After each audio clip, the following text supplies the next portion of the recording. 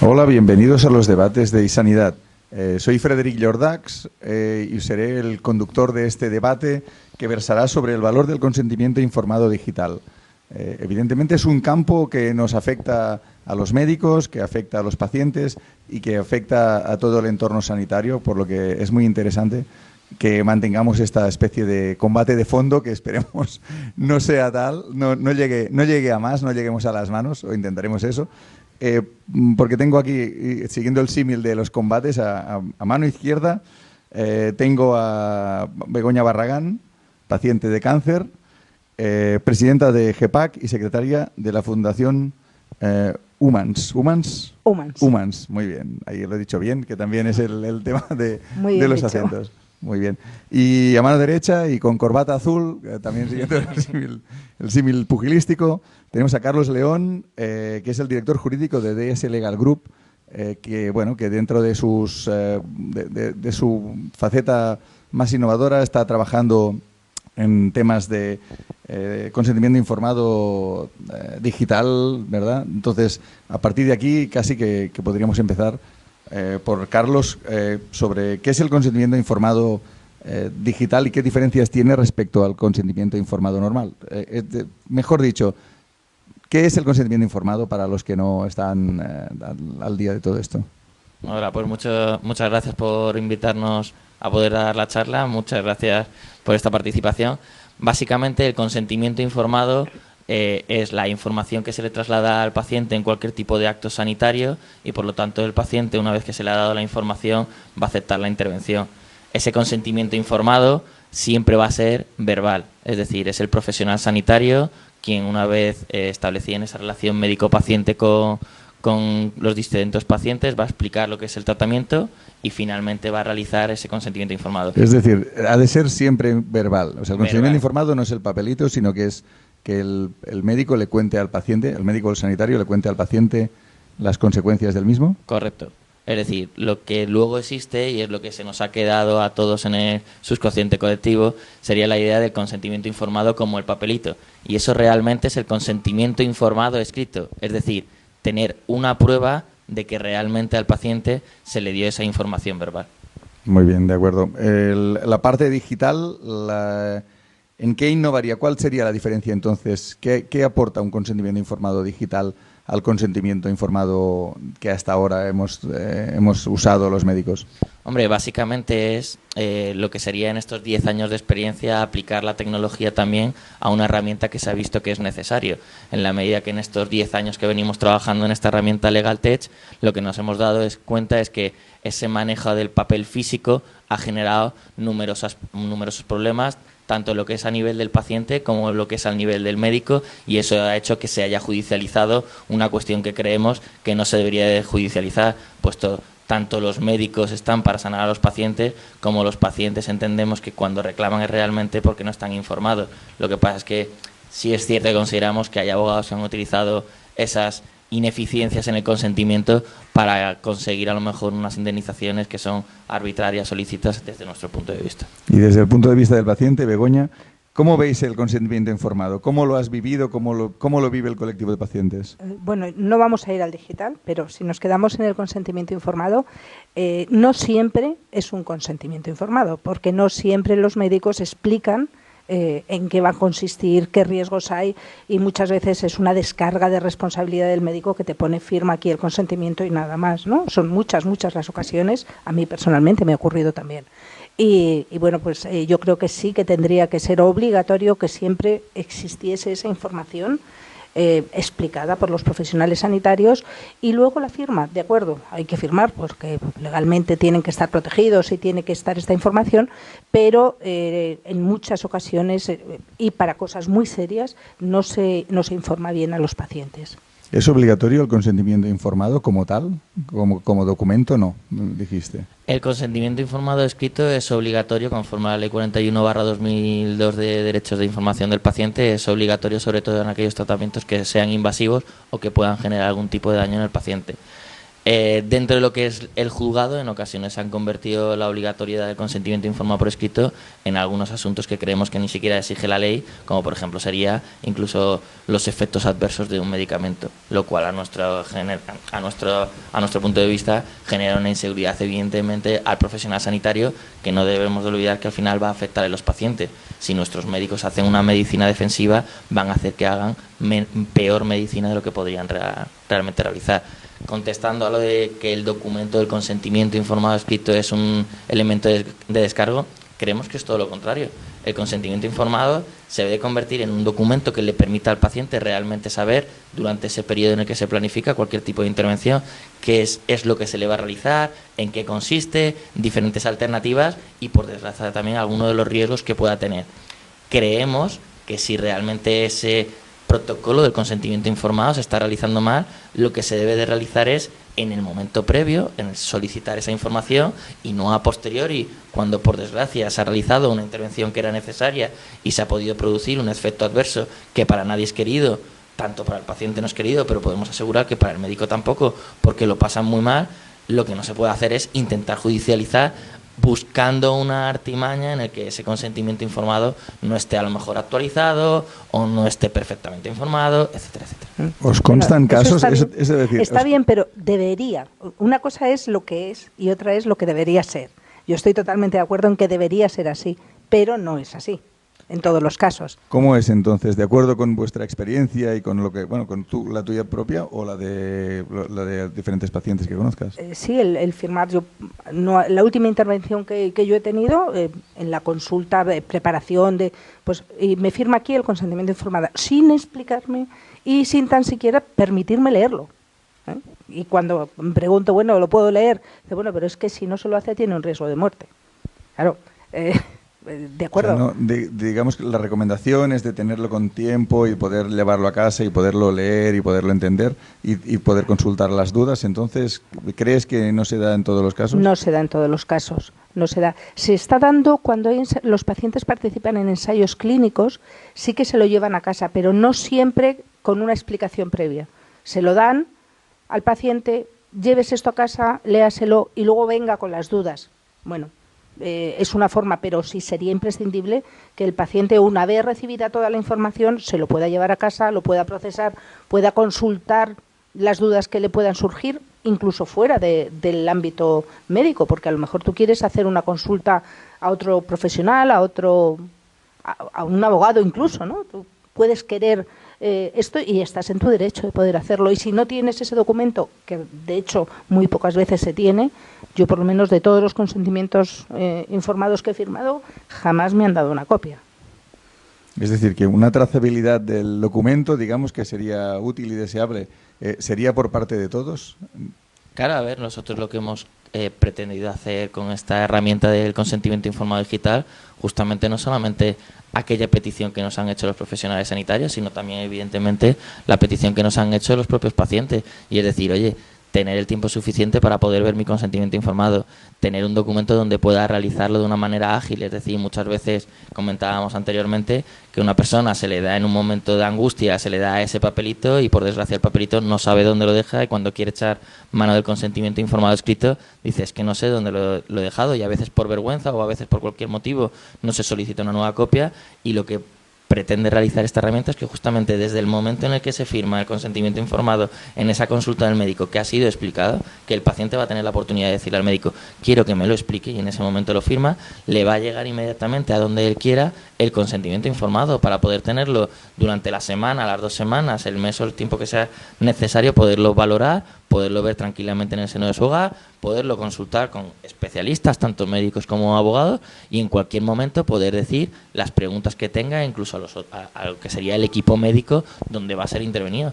La función es ni más ni menos que tener la garantía de que se dio esa información, que esa información fue firmada por escrito y que además el paciente tuvo el tiempo suficiente como para poder tomar una decisión a la hora de realizar ese tipo de tratamiento. ¿Forma parte de la historia clínica el consentimiento informado? Evidentemente, como he hecho referencia anteriormente a la Ley 41/2002, el consentimiento informado es uno de los documentos fundamentales de la historia clínica del paciente, y por eso tiene el paciente derecho a su copia del consentimiento informado.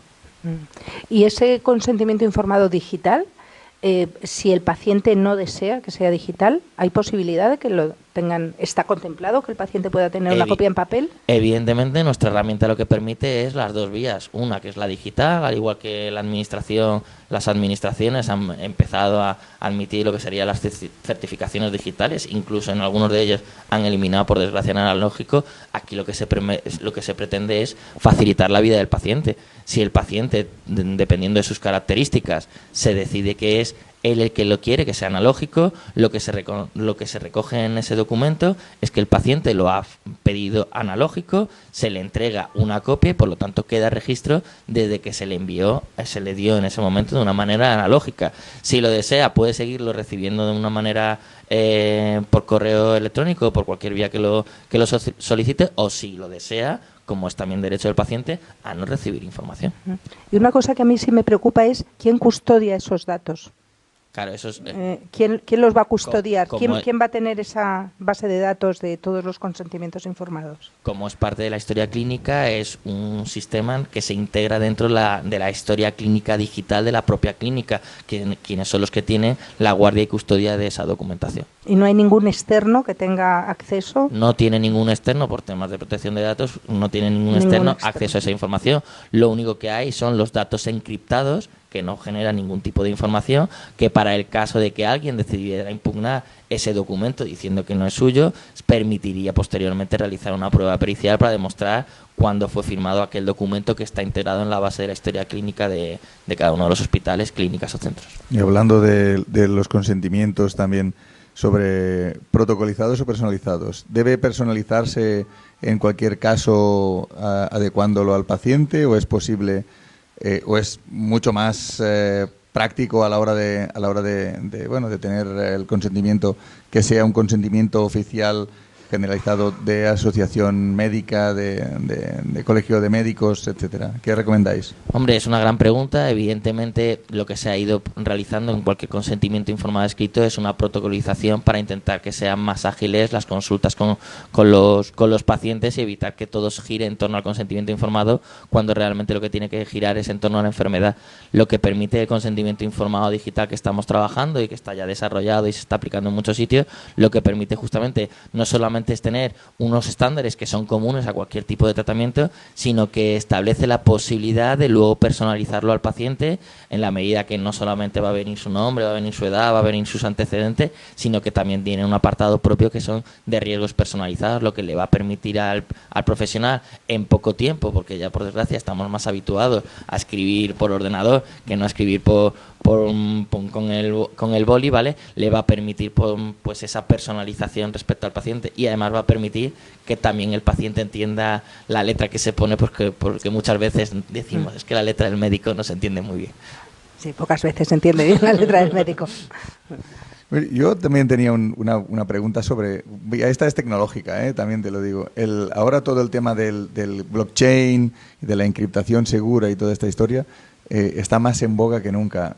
¿Crees que tendrá impacto lo antes posible en el tema de precisamente el consentimiento informado? En vuestro caso, ¿estáis planteándoos temas de este tipo de tecnología? A ver, en nuestro despacho y en nuestra firma lo cierto es que el tema de la tecnología es algo fundamental, pero yo por desgracia creo que no soy el mejor ponente para este momento. Tenemos a nuestro equipo evidentemente informático, desarrolladores, de ingenieros, que justamente es los que nos han permitido nuestras ideas analógicas aplicarla a un mundo digital que creemos que al final va a ser el futuro y que va a permitir que todos podamos estar interconectados, pero de una manera más segura, sobre todo para el paciente. No olvidemos que creemos que esto debe de primar para el paciente. Yo soy el primero que soy paciente, ¿vale? Lo que queremos es que esa información sea adecuada.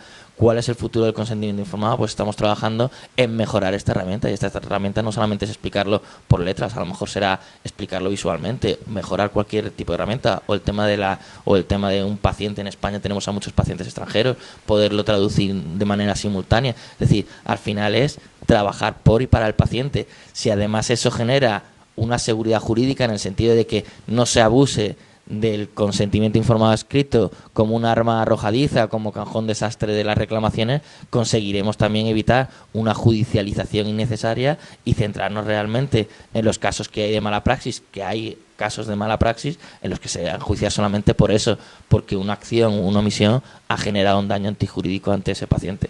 Pero creemos que la información normalmente se da, la cuestión es que hay que explicar cómo se da y que se dé mejor por esos profesionales que a lo mejor, como en su caso, pues no lo han explicado correctamente, y creemos que nosotros también somos los que debemos de hacer una labor pedagógica para que se informe mejor. No solamente trabajamos en lo que sería en esta herramienta, sino que también trabajamos con las universidades en procesos de formación para los médicos, que a los médicos se les ha explicado la enfermedad, pero no se les explica a lo mejor en el contexto actual la necesidad también de una correcta información al paciente y el seguimiento en esa enfermedad. ¿Qué le pedirías, Begoña? ¿Un consentimiento informado ideal antes de un proceso quirúrgico o antes de una prueba? ¿Qué le pedirías? Pide a los reyes, que se acerca la época. Hombre, yo lo que le pediría es al profesional sanitario que tengo enfrente que me lo explicase lo primero, ¿no?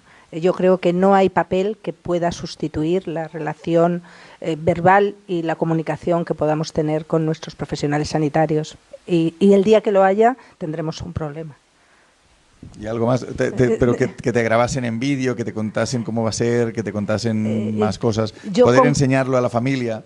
Con que se asegurasen que yo tengo la información, que me la puedo llevar también a casa. Eso me parece importante para comprenderlo, porque al final lo que se trata es que la persona que se va a someter a una intervención, que va a recibir un tratamiento agresivo, comprenda perfectamente los riesgos que puede tener, ¿no? Entonces, que ese profesional sanitario se asegure que yo tengo esa información, que la comprendo y que actúo en consecuencia, ¿no? Que soy capaz de tomar esa decisión. Y si yo no soy capaz, que hay un familiar que es capaz de hacerlo por mí. Que eso también es importante, ¿no? Cuando tú no eres capaz de tomar decisiones porque eres una persona muy mayor o porque tienes alguna discapacidad, bueno, es que esté esa persona que va a tomar la decisión por ti suficientemente informada. O menores. O menores que también. Claro, tenemos todas las vías. La idea es esa, la idea es facilitar justamente esa información que se pueda realizar, y además que estamos ya también en el mundo de la telemedicina. Lo que nos va a permitir tener esa información es luego poder tener interactuaciones. Nosotros también trabajamos justamente con nuestros colectivos sanitarios en cómo mejorar o facilitar esa labor de información al paciente, que como hemos dicho es eminentemente verbal.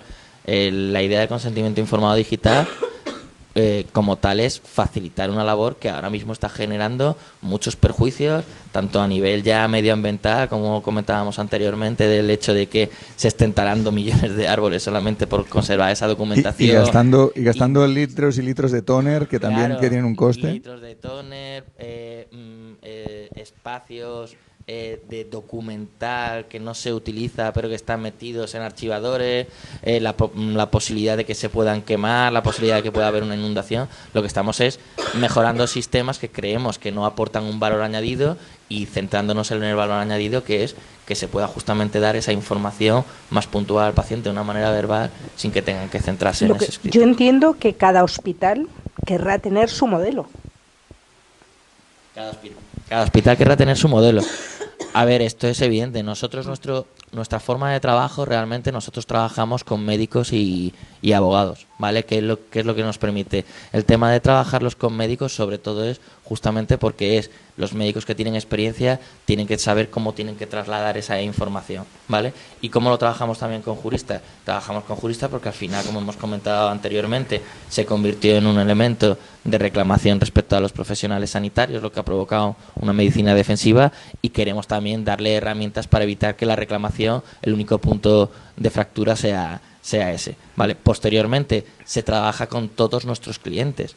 ¿Qué hacen nuestros clientes? Cuando uno de ellos, de los miles que hay, nos dice: creo que se debería de modificar esto en este consentimiento informado, se mete en un comité, se analiza y se actualiza inmediatamente para todos. Nosotros estamos trabajando con las sociedades científicas y queremos trabajar con los colegios y el resto de hospitales justamente para eso, para que el que tengamos sea el que realmente dé más garantías. La experiencia es lo que permite justamente que sean más completos, y nosotros lo que hacemos es volcar la información que nos dan nuestros clientes profesionales sanitarios, hospitales e incluso los pacientes, Porque también ahí va yo. ¿Para cuándo los pacientes? ¿No? Porque al final, el paciente al final, como siempre. Evidentemente ¿no? aquí no son clientes directos, son los que se denominan clientes indirectos. Cuando un paciente transmita al médico, es que a mí me falta esto o necesito esto, nosotros lo que tenemos que hacer es desarrollar. Una de las peticiones que nosotros hemos visto durante estos 10 años era justamente el tema de yo quiero mi documentación y no solamente quiero que esté en papel, pues dimos una herramienta para que estuviera totalmente actualizada, autorizaciones, es lo que tenemos que ir buscando. ¿Y no habéis valorado contar con la opinión de los pacientes en esos diseños de lo que estáis haciendo? Claro, es que contamos con la valoración de los pacientes porque, como comento, nuestro grupo también está fomentado por pacientes. En el fondo, todos los que somos juristas no somos médicos, somos pacientes, tenemos familiares pacientes y estamos en estos 10 días acostumbradísimos ahí a los centros sanitarios. ¿Y la figura de las asociaciones de pacientes como representantes legítimos de pacientes? Incorporar su voz en esto, ¿lo habéis contemplado? Como estamos en época de Navidad, yo lo transmito a mi gerencia para que podamos incluir más por si hay alguna petición que todavía no lo habíamos incluido. De todas formas, estos foros son los que nos permiten, si tenéis alguna petición, indudablemente nosotros poder aportar. La tenemos, es que en cualquier sitio en el que se hable de pacientes, estar presentes. Pues es muy interesante porque precisamente lo que ayudaría a promover este tipo de iniciativas en las que gana todo el mundo, y esto es una opinión personal, son los pacientes los que van a hacer que se disemine la necesidad, ¿no? El que le va a pedir, es el paciente el que le va a pedir, oiga, y no tiene otra forma que mandármelo que darme un papelote que igual lo pierdo en el taxi, ¿no? Entonces, es una petición interesante. Y que yo creo que sí que vale la pena tener muy en cuenta, ¿no? Los pacientes cada vez quieren meterse más y yo creo que vale la pena y nos vale la pena a todos. Y hablando de valer la pena, ¿esto que estáis haciendo lo estáis haciendo solo para España? Quiero decir, ¿el consentimiento informado como tal es diferente en otros países en el marco de la Comunidad Europea, por ejemplo? A ver, en el marco de la Comunidad Europea no estamos trabajando como tal, ¿vale? Sí que evidentemente nosotros tenemos dos tipos de derecho, por decir una forma, el germánico y el anglosajón, ¿vale? Nosotros el consentimiento no solamente lo estamos utilizando para España, sino que también lo estamos utilizando para los países latinoamericanos, ¿vale? Sobre todo estamos trabajando mucho ahora mismo en el Ecuador, en la República del Ecuador. Sin embargo, cada una de las legislaciones son diferentes. Centrándonos en la parte de Latinoamérica, las exigencias que se pueden establecer incluso para los médicos son mucho mayores en ocasiones y a veces abusivas, que es decir, que no se puede ni siquiera cumplir o puede llevar aparejadas responsabilidades penales que al final no priman ni siquiera para el bien de la sanidad o para el bien de los pacientes. En la cultura europea, lo que sí que hemos visto es que el consentimiento informado no se utiliza a lo mejor como la jurisdicción española para conseguir una indemnización como si la falta del mismo generase mala praxis, sino que lo que se está determinando es que sí que se ha violado un derecho fundamental del paciente, que es ese derecho de información, pero que eso genera un daño moral puro, pero no genera lo que sería ese daño como consecuencia de no haberle informado de que algo le podía pasar, cuando lo cierto es que, tal y como vendría a lo mejor en la bibliografía médica, pues era uno de los riesgos posibles o plausibles. Bueno, sería interesante que de aquí saliese una especie de decálogo para los médicos y un decálogo para los pacientes de qué pedir y qué hacer cuando haya una necesidad de consentimiento informado, probablemente, ¿no? Entonces, no sé, ¿se os ocurre alguna funcionalidad más? ¿Se os ocurre ¿Tú crees que el móvil es importante hoy en día para el paciente y podría serlo para el tema del consentimiento informado? El recibirlo en el móvil podría ser una herramienta más.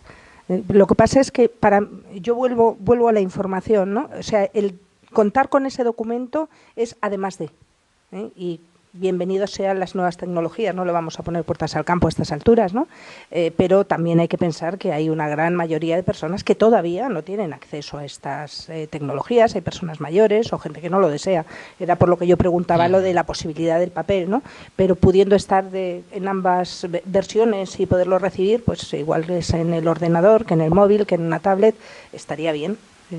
Sí, claro, el sistema que tenemos justamente es compatible para cualquier sistema. Yo lo que pasa es que me cuesta trabajo visualizar cómo se va a integrar en una historia clínica que hoy no tenemos estándar para todo el mundo. Entonces me cuesta mucho trabajo pensar en un consentimiento informado estándar para todo el mundo cuando hay tanta disparidad, ¿no?, en nuestro país en cuanto a las historias, a la forma de procesar, de almacenar y de tener toda esta información. O sea, me parece bien, pero lo veo todavía un poquito utópico y ciencia ficción. Bueno, en ese sistema es lo que estamos trabajando justamente. Cada uno de los hospitales es cierto que manejan diferentes sistemas informáticos de historia clínica, y nosotros lo que proponemos con nuestro equipo tecnológico es justamente facilitarles ese desarrollo, y lo que hacen es, al final, como en cualquier móvil, es una aplicación que les permite bajarse esa información actualizada. ¿Es sanidad pública o sanidad privada o ambas? Nosotros estamos trabajando actualmente con sanidad privada. Nuestro objetivo, evidentemente, es trabajar también con la sanidad pública. Entendemos que si conseguimos ese foco de atención y conseguimos también que la administración pública pueda establecer ese tipo de concursos, nosotros queremos participar en las dos sanidades, porque al final el derecho de información es en ambas sanidades. Quizás entonces sí que se pueden ayudar los pacientes, ¿eh? Evidentemente. Ahí sí que pueden ayudaros, y bastante, probablemente. Pues podremos ayudar y queremos ayudar. Fenomenal. Y que queremos que esté en la sanidad pública, porque al final la mayoría de usuarios somos de la sanidad pública. Es una minoría la sanidad privada, y está muy bien que esté en la sanidad pública y en la privada, y sería ideal que tuviéramos todos un mismo modelo y un mismo modelo de historia, pero bueno, todo esto parece complicado, da para otro debate. Esto da para otro debate, creo que ya podríamos hasta dejarlo aquí, porque creo que es un buen final, un gran final para el debate. Así que gracias para los que hayan visto el debate. Insisto, gracias a Begoña Barragán, gracias a Carlos León, y bueno, y soy Frederic Jordax, y aquí acaba el debate de sanidad. Adiós.